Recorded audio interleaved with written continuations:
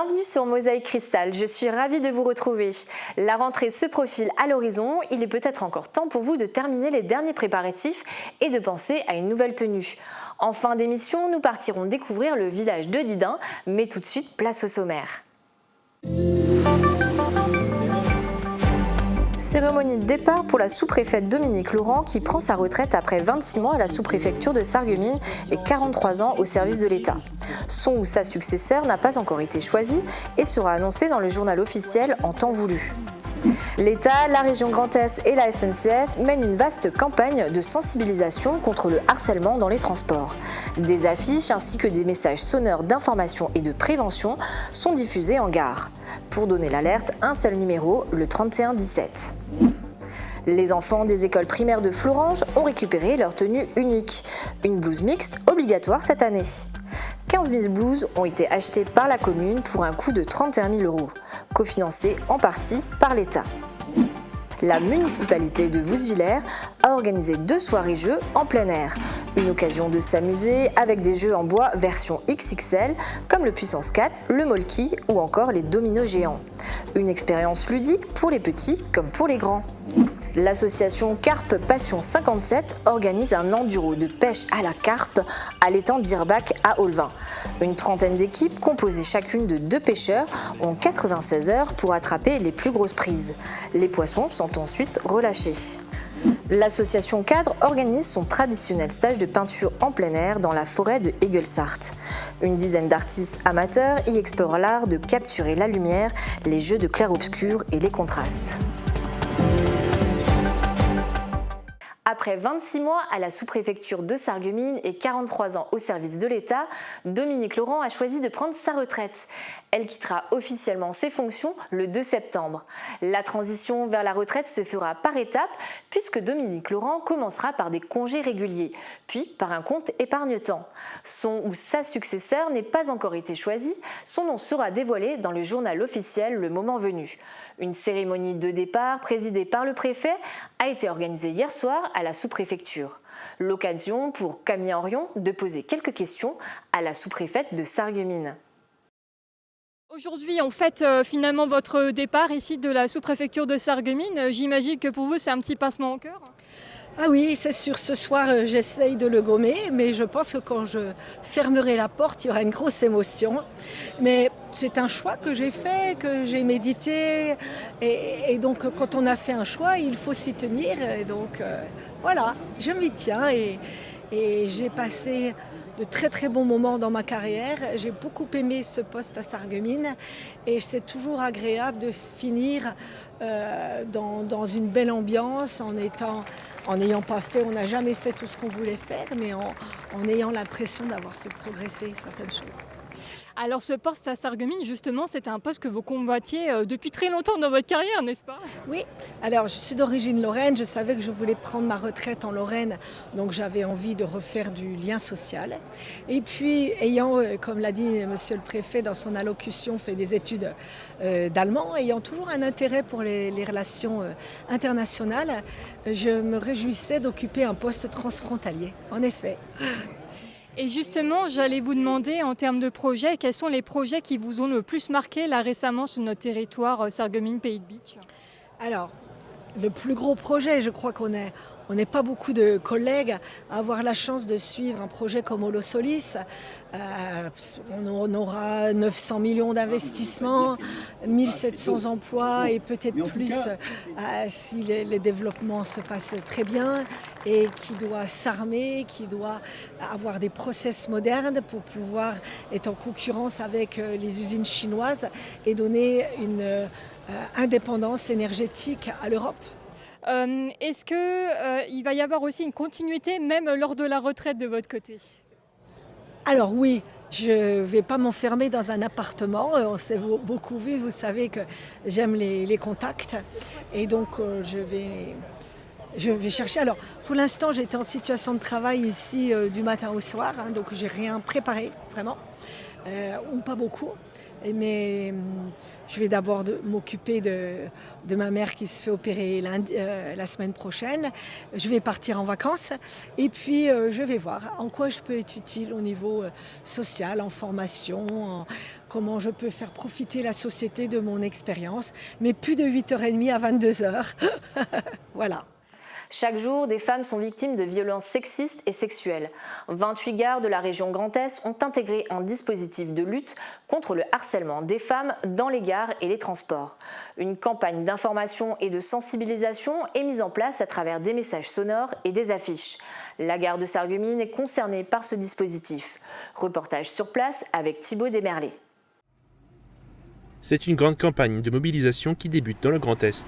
28 gares de la région, dont celle de Sarreguemines, informent et sensibilisent les usagers contre le harcèlement des femmes dans les gares et les transports.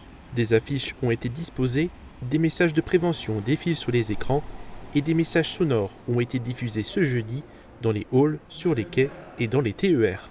Ce dispositif de lutte est né sous l'impulsion de l'État, de la région Grand Est et de la SNCF. Un numéro ressort dans cette campagne, le 3117, un numéro d'alerte actif 7 jours sur 7 et 24 heures sur 24. Vous pouvez l'appeler pour signaler tout acte de délinquance ou situation qui présente un risque pour le voyageur. La rentrée approche à grands pas et certains écoliers le feront pour la première fois en uniforme. La municipalité de Fleuranges a organisé un référendum en février dernier auprès des parents. Résultat, les 2 écoles primaires de la commune vont le tester cette année, la tenue unique. À quelques jours de la rentrée, c'était l'heure des essayages. Alors qu'en pensent les parents et les écoliers? Réponse dans ce reportage de Colline Expert. Pour les parents de l'école élémentaire Victor Hugo à Fleuranges, c'est l'heure de récupérer un essentiel de la liste scolaire de cette nouvelle année. C'est un jour spécial pour les enfants parce qu'il faut chercher l'uniforme de l'école, c'est obligatoire cette année. Bonjour. On va donner du 9 ans, tu vas essayer, si c'est trop grand tu viens me voir. Et il y a 2 tenues, ça c'est manche courte et ça c'est manche longue. Ça marche. Une blouse manche courte pour l'été, l'autre pour l'hiver, floquée aux couleurs de la ville et de l'école. Non, ça va, c'est bien.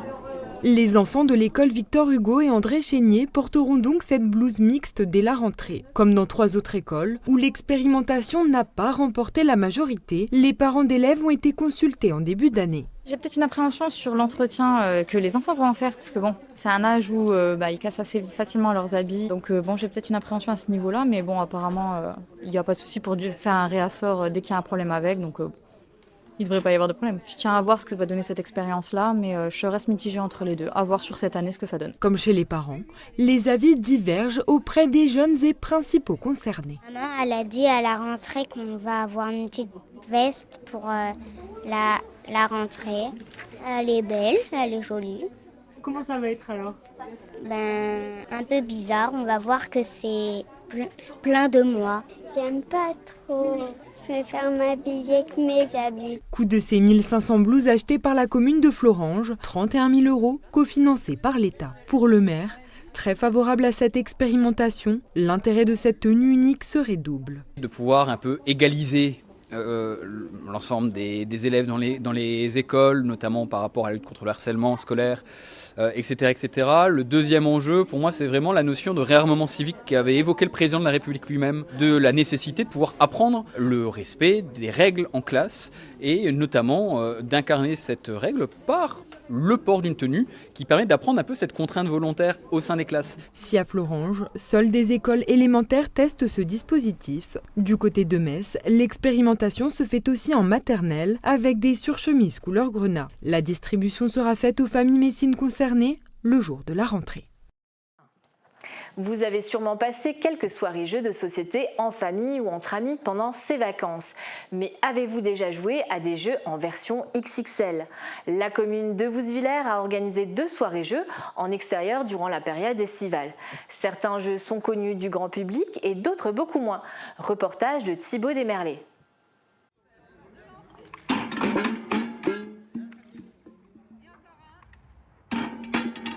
C'est une énorme aire de jeu éphémère qui a été mise en place. Pendant l'été, la commune de Vousvillers a organisé 2 petites soirées récréatives de 2 heures. Petits et grands sont venus s'amuser sur des jeux de grande taille à côté de la salle du W. Le Puissance 4, la tour infernale ou encore le croquet sont connus du public. Mais d'autres le sont moins, comme le jeu de la grenouille ou la tour de Freubel. Moi je trouve ça très bien parce que la commune a fait quand même pas mal de choses. Et comment tu les trouves ces jeux ? Moi je les trouve très bien. D'autres plus difficiles que certains ? Non, ça va. C'est bien, c'est des jeux qu'on n'a pas l'habitude de faire à la maison. C'est différent et je suis contente. Est-ce qu'il y en a certains qui sont plus durs que d'autres ? Le croquet c'est assez difficile parce que les bâtons ils sont un peu lourds. Franchement c'est bien pour un peu faire des activités pendant l'été. Les jeux se comprennent très vite, il n'y a pas de problème. Il y a des personnes là qui sont là pour justement nous dire comment y jouer, donc on y arrive très facilement. C'est la municipalité qui a investi pour acquérir tous ces jeux. C'est la 2e année qu'elle organise cet événement. Ouais, je sais, c'est cher. Du 28 août au 1er septembre, des pêcheurs de la région et des pays frontaliers se rassemblent pour participer à un concours de pêche organisé à l'étang de Hirbach à Olvin. La spécialité est la pêche à la carpe. Les pêcheurs en binôme se relayent jour et nuit dans l'espoir de voir des poissons mordre à l'hameçon. Certains ont eu plus de chance que d'autres, comme a pu le constater sur place notre reporter Camille Henrion. Concentration maximale pour les pêcheurs à l'étang de Hirbach à Olvin. Les pêcheurs ont 4 jours pour attraper de grosses carpes, car au final, à ce tournoi de pêche, c'est bien le poids qui compte. Alors 10 kg 160, donc c'est un poisson de 10 kg 2 pour le moment. Ces Belges savent déjà y faire. L'an passé, ils avaient fini 2e du classement général. Mais ce jeudi matin, toujours aucun poisson en vue. Qu'importe, pour eux, le plaisir reste le même. On a décidé chaque année de pêcher ici, c'est vraiment bien, les gens sont sympas, on a ce qu'il faut, voilà. Maintenant, suffit que les poissons mordent et puis c'est bon. Hein. On attend que ça. Certains ont d'ailleurs été plus chanceux que les Belges dans les toutes premières heures de ce tournoi. Réveillés grâce à leur détecteur de pêche en pleine nuit, Nicolas et Brian, originaires de Sarreguemines, ont sorti une carpe de 18 kg pêchée sur leur ponton. Jusque-là, la meilleure prise du tournoi. À 4h30, donc on s'est fait réveiller par le départ de cette carpe. Très très belle prise, du coup pour une première nuit. Donc nous on était vraiment très très contents, surtout pour un premier enduro ensemble. Donc voilà quoi. C'est vachement différent de pêcher en enduro. Il y a une certaine pression de pêche, il y a beaucoup de pêcheurs, on voit qu'il y a de l'expérience, il y a du matériel, il y a tout ça. Après je pense qu'il ne faut pas se laisser impressionner et puis il faut pêcher comme on sait pêcher, chacun sa technique, il n'y a pas de règle exacte dans la pêche, donc ça ne fait pas plus peur que ça, mais pour l'instant on se débrouille plutôt bien, honnêtement. Pour autant, ce n'est pas le moment de relâcher la pression, d'autant plus que les belles prises s'enchaînent. Une fois pesés par des membres de l'association Carpe Passion 57, les poissons sont relâchés aussitôt dans l'étang. Les résultats du tournoi seront communiqués ce dimanche à 10h avec de beaux prix à gagner pour les plus chanceux. Il y a des prix à gagner, oui. Il y a la première place, elle a une valeur de 700 € en première place. Vous avez la deuxième place, elle a une valeur de 500 €. La troisième, 300 €. Ensuite, c'est des lots jusqu'à la dernière place. Ceux qui obtiennent le meilleur poids de pêche par équipe pourront s'estimer vainqueurs de cet enduro de 96 heures. Il faudra ensuite attendre l'an prochain pour retenter sa chance au tournoi.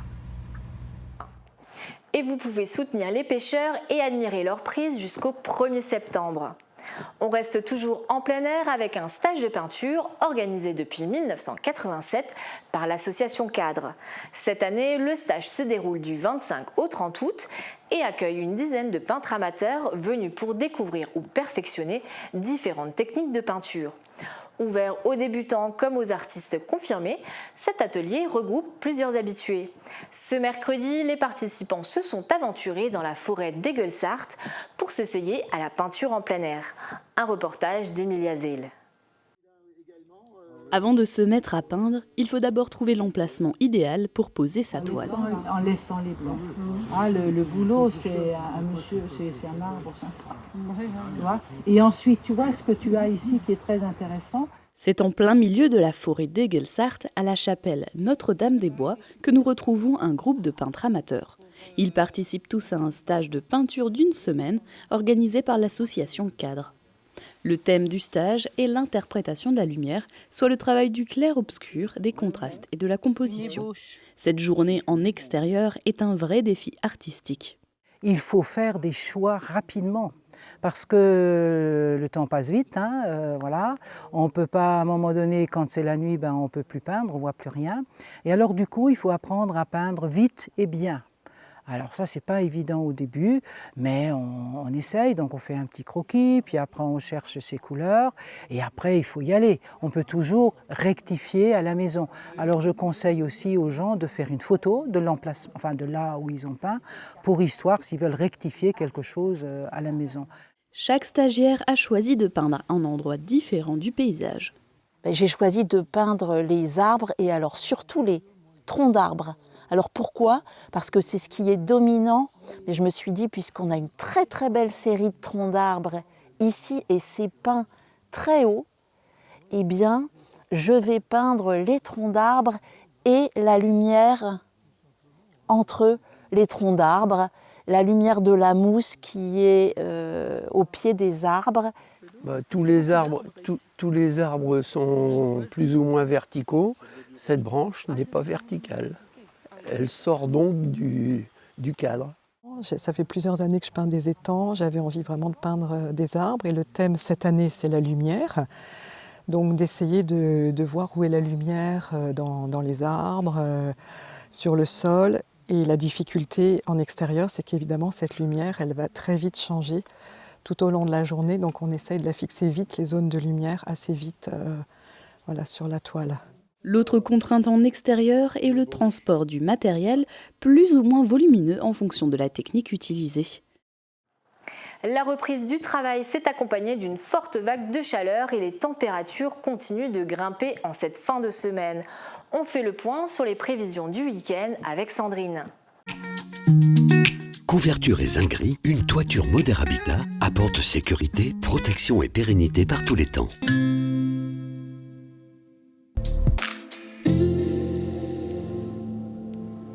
Bonjour tout le monde, on va pouvoir profiter d'un très beau week-end avec un soleil qui va briller du matin au soir sans être perturbé par des nuages. Demain il fera déjà chaud au lever du jour puisque les minimales ne descendront pas sous la barre des 18 degrés et en journée il fera au plus chaud 31 degrés. Demain nous fêtons les Aristides et il fera jour de 6h47 à 20h16. Passez tous encore une belle journée et un excellent week-end.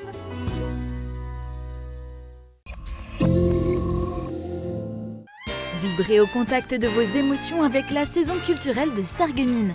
Au programme, près de 18 spectacles variés, de la danse, du théâtre, de la musique, des festivals et bien d'autres événements, en compagnie d'artistes de renom comme Jérémy Frérot, Panayotis Pasco, Alexis Le Rossignol, Christelle Cholet ou encore Joseph Kamel.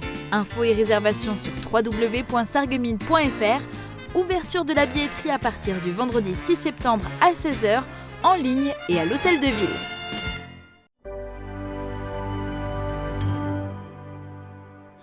Assistez à une soirée musicale inoubliable le 6 septembre à la Nouvelle Mairie de Bettviller dans le cadre du Festival Euroclassique. Tony Piscopo et la soprano Alicia Richard vous transporteront avec des airs célèbres inspirés par les légendes de l'opéra comme la Traviata et Madame Butterfly. Vivez une expérience lyrique exceptionnelle. Achat des billets sur ticket-régional.fr à l'accueil de la communauté de communes du Pays de Bitche ainsi qu'à la caisse du soir. Notre émission Histoire d'Histoire nous emmène aujourd'hui à Didin, un village singulier où parfois le temps s'est arrêté. Avec Gilles Weiskircher, nous vous invitons à déambuler dans cette annexe de Zétain à la découverte de son moulin, ses usoirs, son calvaire et son église.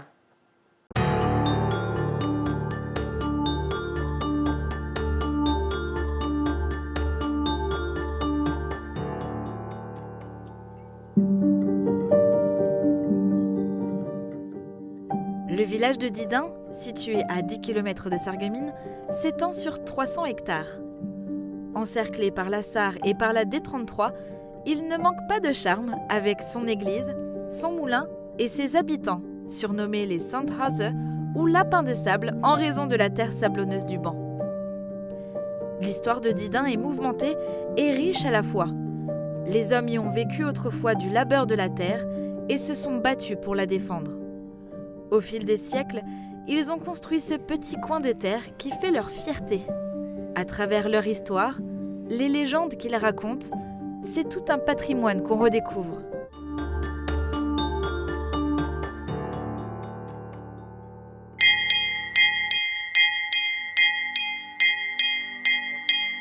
Bienvenue au moulin de Didin. Donc vous êtes ici devant une des plus anciennes bâtisses du village, puisque ce moulin date historiquement de 1640. 1640 est la date de première mention de ce moulin. C'était en fait l'époque de la sinistre guerre de 30 ans. Le village de Didin était complètement détruit, comme bon nombre de villages également aux alentours. Et du moulin, il ne restait que les 4 murs. Et on sait, de par ces sources historiques, que c'était un moulin à farine, de seigle et de blé.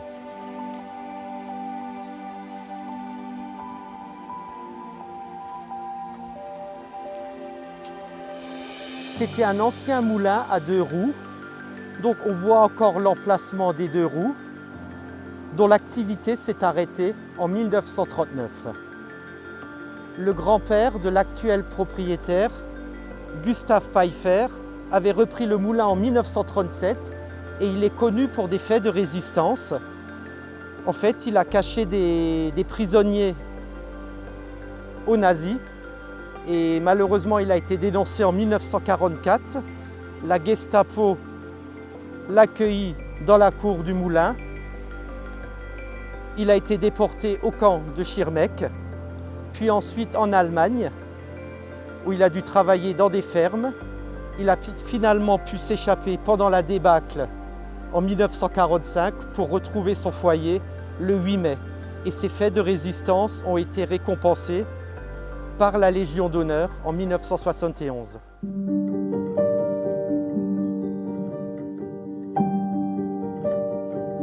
Comme vous voyez ici, on est dans un cadre naturel vraiment très préservé.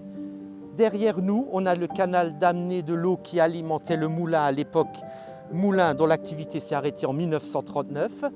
Juste derrière, vous avez la Sarre et encore derrière, vous avez le canal des Houillères. Alors, qui dit Sarre, dit aussi éléments en furie. Et effectivement, autrefois, il y a eu des crues mémorables au niveau de cet endroit.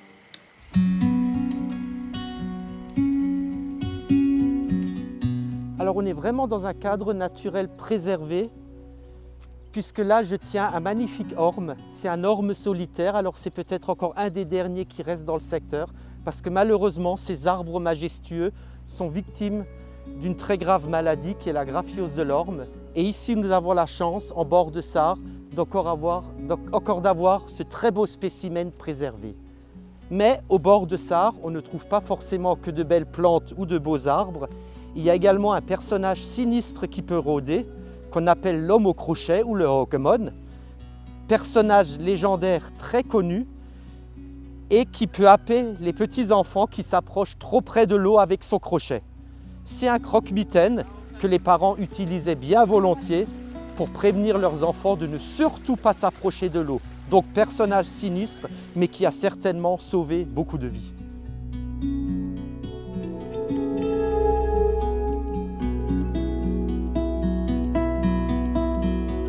Le village de Didin est peuplé d'à peu près 180 âmes. Alors vous voyez derrière moi des vieilles maisons qui datent du 19e siècle, dans la pure tradition lorraine. Ici des maisons à colombage, nul besoin d'aller en Alsace pour en trouver. Alors c'est un village qui est mentionné pour la première fois dans l'histoire en 1200 sous le nom de Dudingen. Et il a appartenu dès cette époque aux moines de l'abbaye de Tolaï. Ce qui fait le charme de ce village est sa structuration en village-rue. C'est une structure qui est apparue à la fin de la guerre de 30 ans et qui se caractérise par une rue où les maisons sont accolées. Si vous regardez au niveau des maisons, elles sont bien en retrait par rapport à la route. Ça correspond à ce qu'on appelait autrefois les usoirs. C'est là où les gens, les agriculteurs, beaucoup d'agriculteurs à cette époque, la population était majoritairement agricole, c'est là où ils mettaient tous leurs ustensiles de travail, qui pouvaient mettre leur bois, que se trouvait aussi le tas de fumier, etc. La place centrale du village, on voit encore d'anciens abreuvoirs. Sur cette photo de 1937, on voit que c'était l'endroit où les agriculteurs venaient faire abreuver leurs troupeaux. L'eau pour ces gens était absolument important, que ce soit pour arroser leurs récoltes, mais aussi pour faire abreuver leurs animaux.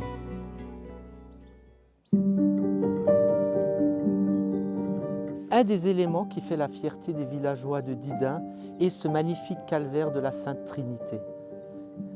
Alors, ce calvaire date du milieu du 19e siècle. Alors, pourquoi la Sainte Trinité? Si on démarre du haut, vous voyez ce magnifique Dieu le Père qui tient un globe, le Christ et l'Esprit Saint sous forme de colombe. Et cette iconographie de la Trinité n'est pas anodine, puisque la paroisse de Didin est placée sous la protection de la Sainte Trinité. Sur le fût d'aspect violonné, vous avez d'une part Saint-Pierre qui tient les clés, mais aussi Marie-Madeleine, et surtout en bas, une très belle représentation de Saint-Georges qui terrasse avec sa lance le dragon.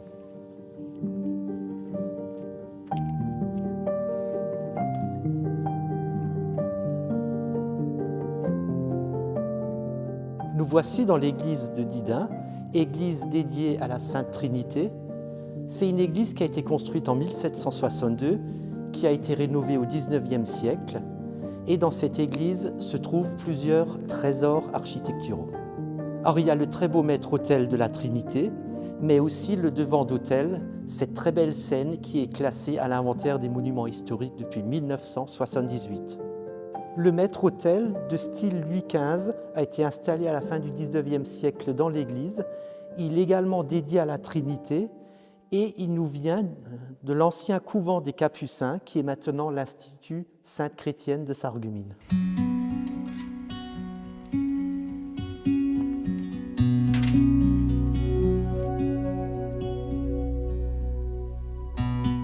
Donc Didin est un petit village typiquement lorrain qui a su garder toute son âme, toutes ses particularités. C'est un village où il fait bon vivre, un village qui respire la paix, la sérénité, la tranquillité, avec un riche patrimoine historique, également un beau patrimoine religieux et surtout une nature très préservée.